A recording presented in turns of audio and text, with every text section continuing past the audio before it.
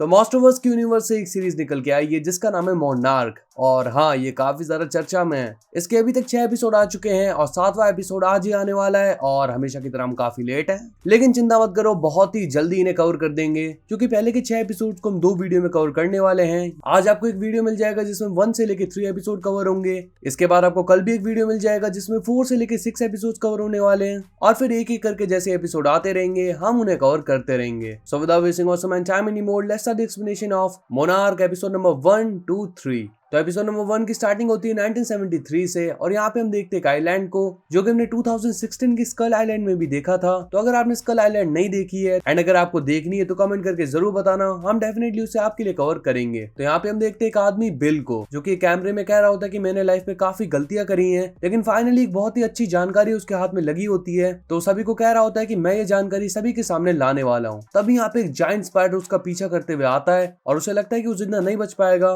तो उसके हाथ में जो बैग होता है वो उसे समुद्र में फेंक देता है। तभी धरती फाड़ते हुए एक और मॉन्स्टर बाहर आता है और वो स्पाइडर के साथ फाइट करने लगता है। इस फाइट में वो दोनों ही मॉन्स्टर समुद्र के अंदर गिर जाते हैं और यहाँ पे बिल का कम्प्लीटली मोए मोए हो जाता है बिकॉज उसने बैग भी फेंक दिया और ये वर्थ इट भी नहीं था। तभी कहानी शिफ्ट होती है 2013 में और यहाँ पे हम देखते हैं कुछ फिशरमैन्स को जिन्होंने कई सारी मछलियां पकड़ी होती हैं और साथ ही उन्हें मिलता है वही बैग जो कि बिल का है। इसके बाद हम देखते हैं ईयर 2014 में हुए गॉडजिला के हमले के 1 साल बाद यहाँ पे हम देखते हैं कैट नाम की लड़की को जो कि अपने डैड जिनका नाम है हीरो, उनकी मौत के बाद जा रही है टोक्यो जहाँ पे उनके डैड का एक और घर है। घर पे आते ही उसे पता चलता है कि हीरो ने तो यहाँ पे नया खानदान बसा रखा है और यहाँ पे हीरो की दूसरी पत्नी रूजी और उसका बेटा कैन होते हैं। अब कैट कहती है कि आखिर तुम लोग कौन हो? तो जब वो खुद को इंट्रोड्यूस करते हैं तो कैट कहती है कि मेरे डैड मुझे चाबी दे के गए थे और इस घर पे उसका हक है। इसके बाद सीन शिफ्ट होता है 1959 में, यानी कि पास्ट। और गाइस, ये सीरीज कम्प्लीटली ऐसी ही चलने वाली है, अलग अलग ईयर्स में हम जंप करते रहेंगे, तो आपको बड़ी ध्यान से सुनना पड़ेगा। यहाँ पे हम देखते हैं हीरो के डैड बिल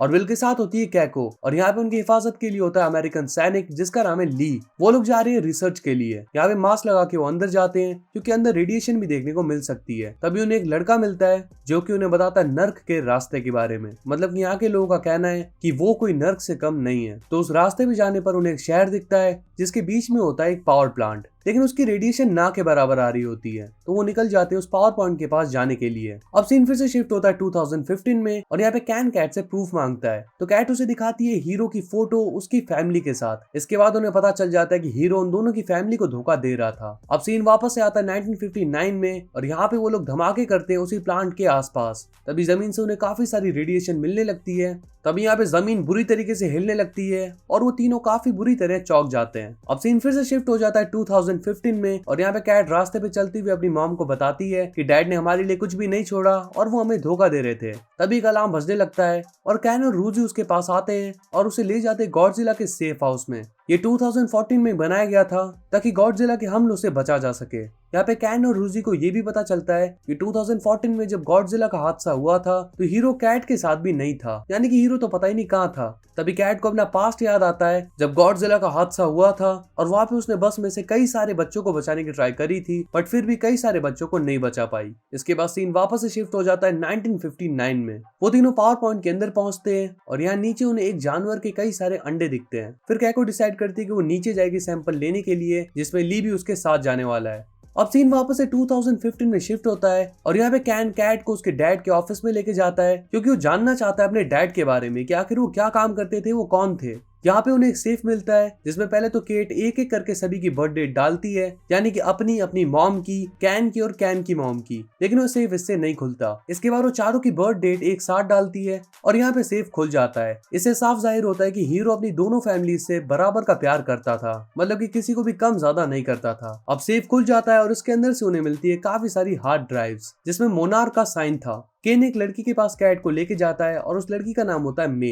एक्चुअली मे और कैन पहले रिलेशनशिप में भी थे, लेकिन कैन काफी ज्यादा गायब रहता था, इसलिए मे ने उसे छोड़ दिया। मे उनकी कोई भी हेल्प नहीं करना चाहती थी, लेकिन कैन ने किसी तरीके से उसे मना लिया। अब वो लोग मे के घर पे पहुंचे और यहाँ पे मे ने उन्हें बताया कि 1970 की है और फिर वो हैक करके इसकी सारी की सारी डिटेल्स निकालने लग गई। और ये चीज देख रही थी एक और लड़की किसी और देश से। वो जाके टिम नाम के आदमी को इस बारे में बताती है और टिम बोलता है कि मैं इसे हैंडल कर लूंगा। अब यहाँ पे इन्हें मोनार्क का नाम हर जगह दिखाई देता है इसका मतलब ये हुआ कि इनके डैड सैन फ्रांसिस्को में थे और वहीं पे गॉडजिला के हमले के कारण मारे गए। लेकिन कैट ने उसे बताया कि ऐसा बिल्कुल भी नहीं था, क्योंकि जब गॉडजिला का हमला हो रहा था तो वो अपने डैड से मिली थी। उसके डैड ने कहा कि मुझे यहाँ से निकलना पड़ेगा और कहा कि तुम अपनी मॉम का अच्छी तरीके से ध्यान रखना, मैं तुमसे बहुत ही ज्यादा प्यार करता हूँ, और उन्हें इसी हाल में छोड़कर यहाँ से निकल गए। और इसके बाद खबर आई कि एक प्लेन क्रैश में वो मारे गए। तभी उन्हें एक फोटो दिखी जिसमें थी कैको, यानी कि 1959 में हम जिस कैको को देख रहे हैं वही। और यहाँ पे कैट बताती है कि ये तो मेरी दादी की फोटो है, पर उसकी फोटो यहाँ पे क्यों है? इसका मतलब कैट कैको की दादी है। फिर सीन वापस से शिफ्ट होता है 1959 में और यहाँ पे कैको उन अंडों में से सैंपल निकालती है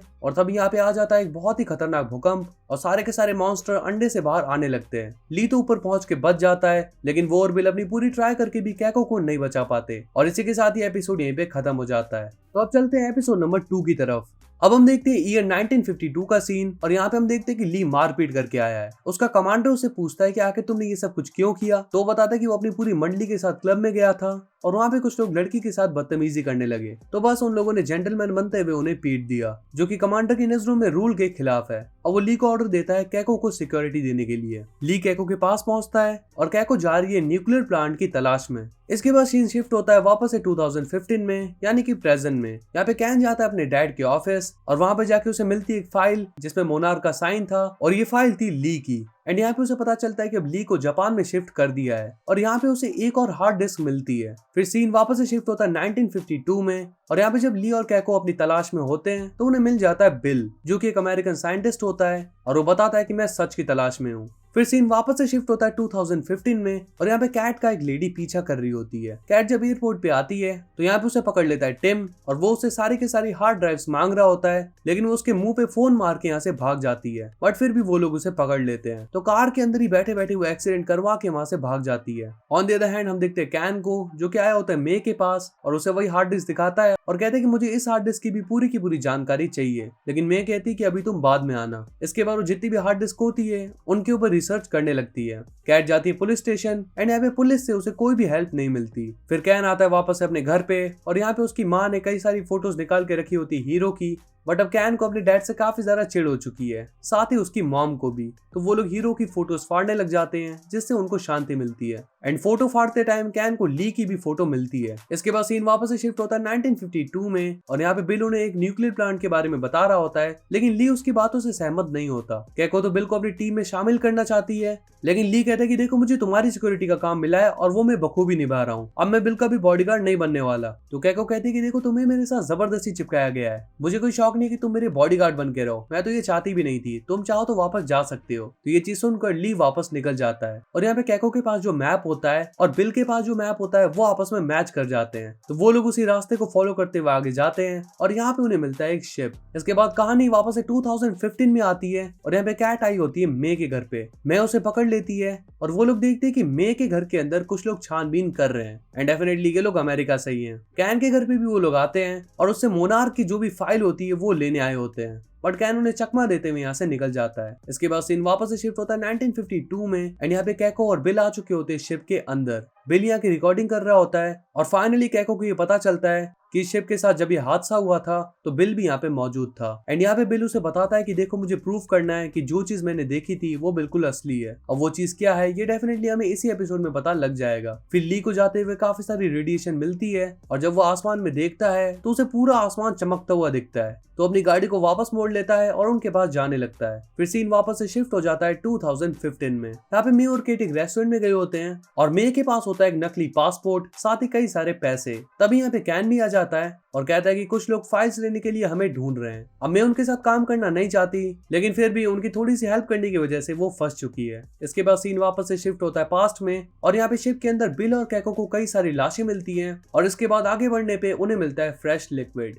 मतलब कि यहाँ पे जरूर कुछ ना कुछ तो गड़बड़ है। इसके बाद वो लोग शिप से बाहर निकलने लगते हैं। अब सीन वापस से शिफ्ट हो जाता है 2015 में और यहाँ पे वो तीनों पहुंचते हैं ली के पास। जैसे कि मैंने थोड़ी देर पहले ही बताया कि ली को जापान में शिफ्ट कर दिया गया है, तो ये लोग वैसे भी जापान में ही हैं, तो ली के पास पहुंचना कोई ज्यादा बड़ा काम था नहीं। और वो लोग ली को मोनार्क की फाइल्स के बारे में बता रहे होते हैं और साथ ही ये भी बताते हैं कि हम हीरो के बेटे बेटियां हैं। वो कहता है कि मैं हीरो को अपने बेटे की तरह मानता हूँ, क्योंकि उसके दादा बिल उसके दोस्त थे। वो लोग बताते हैं कि उनके डैड अलास्का में गायब हो चुके हैं। अब उन्हें नहीं पता कि वो जिंदा हैं या मर गए। यहाँ पे ली उनसे कहता है कि यार मैं क्या तुम्हारी हेल्प करूंगा, मैं खुद ही हाउस अरेस्ट हो रखा हूँ। इसके बाद वो अपने पैर की मशीन दिखाता है और कहता है कि देखो मोनार्क ने तुम्हें ट्रैक तो कर लिया है, वो लोग जल्दी तुम्हें पकड़ लेंगे। इसके लिए तुम्हें डेफिनेटली मेरी हेल्प चाहिए होगी और हीरो को फाइंड करने के लिए मैं ये चीज करने के लिए तैयार हूँ। वो उस डिवाइस को काट के फेंक देता है और इसके बाद वो लोग यहाँ से निकलने लगते हैं। फिर सीन वापस से शिफ्ट होता है पास्ट में और यहाँ पे वो लोग शिप में एक जगह पे पहुंचते हैं जहाँ पे एक मॉन्स्टर उन पे अटैक करने लगता है। बिल यहाँ पे फंस चुका होता है और तभी यहाँ पे ली भी पहुंच जाता है और कैको के साथ मिलकर बिल की हेल्प करता है एंड फाइनली वो लोग यहाँ से बचते हुए निकल जाते हैं। तभी वो लोग देखते हैं एक ड्रैगन को। जी हाँ, एक बहुत ही जायंट ड्रैगन। वो उन पे अटैक करता है लेकिन किसी तरीके से वो बच जाते हैं। बट उस ड्रैगन को देखकर कैको काफी ज्यादा खुश होती है क्योंकि वो ऐसी कोई चीज ढूंढ रही थी। एंड एपिसोड नंबर 2 भी यहीं पे खत्म हो जाता है। तो चलिए बढ़ते हैं एपिसोड नंबर 3 की तरफ। यहाँ पे कहानी शुरू होती है फिर से 2015 से और यहाँ पे हम देखते हैं कि ली और बाकी सभी मोनार्क के सारी सिक्योरिटी से बचते हुए यहाँ से निकल जाते हैं। अब कहानी आती है पास्ट में और ये ईयर है 1954। यहाँ पे हम देखते हैं कि ली, कैको और बिली फुकेट से मिलते हैं और इंडोनेशिया में मिले हुए डायनासोर के फुटप्रिंट उसे दिखाते हैं। वो ये देखकर शॉक होता है और कहता है कि यार आखिर तुम किस चीज के ऊपर रिसर्च कर रहे हो। तो वो उसे बताते हैं कि ये बहुत ही जायंट एनिमल्स हैं और ये सिर्फ यहाँ तक सीमित नहीं है, ऐसे न जाने कितने हैं और इनके लिए हमें हाईटेक हथियार चाहिए होंगे। पॉकेट को भी ये चीज फील होती है कि ये जो भी डायनासोर्स वगैरह हैं ये इंसानों के लिए काफी बड़ा खतरा साबित हो सकते हैं, तो उन्हें ढूंढने के लिए वो उनके साथ होता है। अब कहानी फिर से शिफ्ट होती है 2015 में और यहाँ बिली सारे के सारे ड्राइव्स को देखता है और बताता है कि ये बिल की थी जो कि हीरो को मिली थी। वो कहता है कि हमें कुछ भी करके जानवरों को रोकना पड़ेगा, यानी कि सारे डायनासोर्स वगैरह, अदरवाइज इंसानों के लिए बिल्कुल भी ठीक नहीं होने वाला। मतलब ये ढूंढने निकले थे अपने डैड को और एक अलग ही मिशन में लग गए जो कि उनके औकात के बिल्कुल बाहर का है। वेल वो लोग जा रहे हैं कोरिया। इसके बाद सीन शिफ्ट होता है और हम फिर से आ जाते हैं 1954 में। यहाँ पे पुकेट ने सब कुछ अपने अंडर ले लिया होता है और ये चीज उन तीनों को बिल्कुल भी नहीं पता होती है। उन्हें लगता है कि पुकेट बस उनकी हेल्प कर रहा है फाइनेंशियली, लेकिन पुकेट तो अब उन्हें अपने अंडर काम करवा रहा है। वो गॉडजिला को मारने के लिए एक परमाणु बम भी बना रहा होता है, यानी कि न्यूक्लियर बम, और कहता है कि देखो इंसानों के लिए काफी ज्यादा हानिकारक साबित हो सकते हैं, तो हमें उन्हें मारना पड़ेगा। मतलब साफ है कि उन तीनों से काफी बड़ी गलती हो गई पुकेट को इस चीज में शामिल करके। इसके बाद सीन शिफ्ट होता है वापस से ये 2015 में और यहाँ पे मैं अपने फोन में किसी से बात कर रही होती है। इसके बाद वो फोन को समुद्र में फेंक देती है। अब कैन उसके पास आता है और कहता है कि आखिर तुमने क्यों किया, लेकिन मैं केन से काफी ज्यादा चिढ़ के बात कर रही होती है क्योंकि डेफिनेटली उनका ब्रेकअप हुआ है। वो कहती है कि देखो मैं वापस से तुम्हारे साथ नहीं आने वाली। तो कैन कहता है कि देखो यार अगर तुम हमारे साथ नहीं आना चाहती तो तुम यहाँ से जा सकती हो। अब यहाँ पे मैं भी काफी ज्यादा गुस्सा हो जाती है और कहती है कि तुम्हारी वजह से मैं यहाँ पे फंस चुकी हूँ, यहाँ पे आना मेरी चाहत नहीं बल्कि मजबूरी है। तभी ली बाहर आता है और सारी की सारी फाइल्स को फेंक रहा होता है। तो यहाँ पे केन उसे रोकता है और कहते हैं कि आखिर आप ऐसा क्यों कर रहे हो, और साथ में वो कहता है कि यार हमें इंडोनेशिया जाना चाहिए और आप हमें कोरिया लेके जा रहे हो, आखिर आप कर क्या रहे हो। तो कहता है कि देखो मेरे पास पासवर्ड नहीं है तो मैं इंडोनेशिया तो डेफिनेटली डायरेक्ट जा नहीं सकता। मैं कोरिया इसलिए जा रहा हूँ क्योंकि वहां पे मेरा एक फ्रेंड है जिसका नाम है दुओ और वो हमारी अच्छी तरीके से हेल्प कर देगा। एंड मैं फाइल्स इसलिए फेंक रहा हूँ क्योंकि अगर ये हमारे पास रहेंगी तो ये चीज हमारी एक लिमिटेशन ही बन के रह जाएगी, बिकॉज मोनार्क पूरा टाइम हमारा पीछा करती रहेगी। तो उसकी सारी बातें समझने के बाद वो लोग राजी हो जाते हैं फाइल्स को फेंकने के लिए, लेकिन उनके पास पासपोर्ट तो होता नहीं है। तो कोरियन गार्ड्स उन्हें पकड़ लेते हैं और वो लोग लेके जा रहे होते हैं उन्हें जेल। लेकिन यहाँ पे दो नाम का गार्ड होता है जो कि फ्रेंड है ली का, और वो दूसरे गार्ड को मार के बंद कर देता है और उन्हें यहाँ से भगाते हुए ले जाता है। फिर वो लोग पहुंचते एक प्लेन के पास जो कि उन्हें खास पसंद तो नहीं आता, लेकिन अब इसी से काम चलाना पड़ेगा। इसके बाद हम आ जाते हैं वापस से ईयर 1954 में एंड यहाँ पे फाइनली मिलिट्री वालों को दिखा गॉडजिला और न्यूक्लियर बॉम्ब से उसे उड़ा दिया गया। एंड यहाँ पे एक डायनासोर मारा गया जिसे देखकर कैको को काफी ज्यादा बुरा लगता है क्योंकि वो अपनी रिसर्च बिल्कुल भी नहीं कर पाई। इसके बाद फिर से हम 2015 में आ जाते हैं और यहाँ पे वो सभी जा रहे होते हैं प्लेन में। मैं पता लगा रही होती कोऑर्डिनेट्स का और ये उसी रास्ते के कोऑर्डिनेट्स होते हैं जहाँ पे हीरो गायब हुआ था। इसका मतलब वो लोग सही जगह पे जा रहे हैं। फिर सीन वापस से शिफ्ट होता है ईयर 1954 में और यहाँ पे कैको काफी ज्यादा दुखी होती है। तो बिल उसके पास जाता है और कहते हैं कि देखो तुम चिंता मत करो, ऐसे और भी काफी सारी स्पीसीज होंगी जिनके बारे में रिसर्च कर सकते हैं। तो यहाँ पे ली भी उनके पास खड़ा होता है और वो उन्हें बताता है कि हमें ब्लैंक चेक मिला है गवर्नमेंट की तरफ से और वो चाहता है कि हम ऐसे कई सारे जानवरों को ढूंढें और उन्हें मारें। बट डेफिनेटली अब गवर्नमेंट के पैसों से वो अपनी रिसर्च कंटिन्यू करने वाले हैं, ना कि इन जानवरों को मारने वाले हैं। अब सीन वापस से शिफ्ट हो जाता है ईयर 2015 में और यहाँ पे जब वो लोग प्लेन में होते हैं तो आ जाता है काफी भयंकर तूफान। तो प्लेन को संभालता है ली और बड़ी सेफली प्लेन को लैंड करवा देता है। यहाँ पे उतरने के बाद भी उन्हें एक प्लेन मिलता है जो कि क्रैश हो चुका था और उसमें उनके डैड थे। यहाँ पे उन्हें एक लाश भी मिलती है, लेकिन ये लाश उनके डैड की नहीं बल्कि पायलट की थी। आगे जाके उन्हें एक टेंट मिलता है जिसमें कोई बंदा रिसर्च कर रहा था और यहाँ पे उन्हें एक पेंसिल छिली हुई दिखाई देती है और हीरो की ये आदत थी कि वो पेंसिल को छिलता रहता था। इसका मतलब यहाँ पे और कोई नहीं बल्कि हीरो ही रिसर्च कर रहा है। तो ये चीज जान के कि अभी तक हीरो की डेथ नहीं हुई है, केट और कैन काफी ज्यादा खुश होते हैं। फिर दुओ को एक प्लेन दिखता है जिसपे एक मॉन्स्टर के पंजे के निशान होते हैं, तो वो काफी ज्यादा डर जाता है और सभी को भागने के लिए कहता है। लेकिन जब वो प्लेन में जाता है तो यहाँ पे एक बहुत ही बड़ा मॉन्स्टर अपने मुंह की हवा से ना सिर्फ उस प्लेन को बल्कि प्लेन के सही दुओ को भी जमा देता है। एंड आई गैस दुओ की मौत हो चुकी है और बाकी सभी लोग दूर से खड़े होकर ये सारा इंसिडेंट देख रहे होते हैं। और इसी के साथ एपिसोड नंबर 3 भी यहीं पे खत्म हो जाता है। तो गाइस फाइनली तीनों एपिसोड्स हम कवर कर चुके हैं। तो यार अगर मेहनत पसंद आई तो वीडियो को प्लीज लाइक कर दो, चैनल पर नए हो तो सब्सक्राइब कर दो, एंड अगर आपको मॉन्स्टरवर्स की बाकी मूवीज भी चाहिए तो कमेंट करो। और देखो गाइस यार ऐसे ही तो हम लाने नहीं वाले ऑफ कोर्स, क्योंकि वो डेफिनेटली पुरानी मूवीज हैं। इन वीडियोस को प्यार मिलता है और आपके कमेंट्स भर के आते हैं तो डेफिनेटली हम उन्हें भी आपके सामने कवर कर देंगे। अपने सभी फ्रेंड्स के साथ भी इस वीडियो को शेयर कर देना ताकि वो लोग भी इंजॉय कर सकें काफी शॉर्ट टाइम में। So will see you in the next one, till then peace up.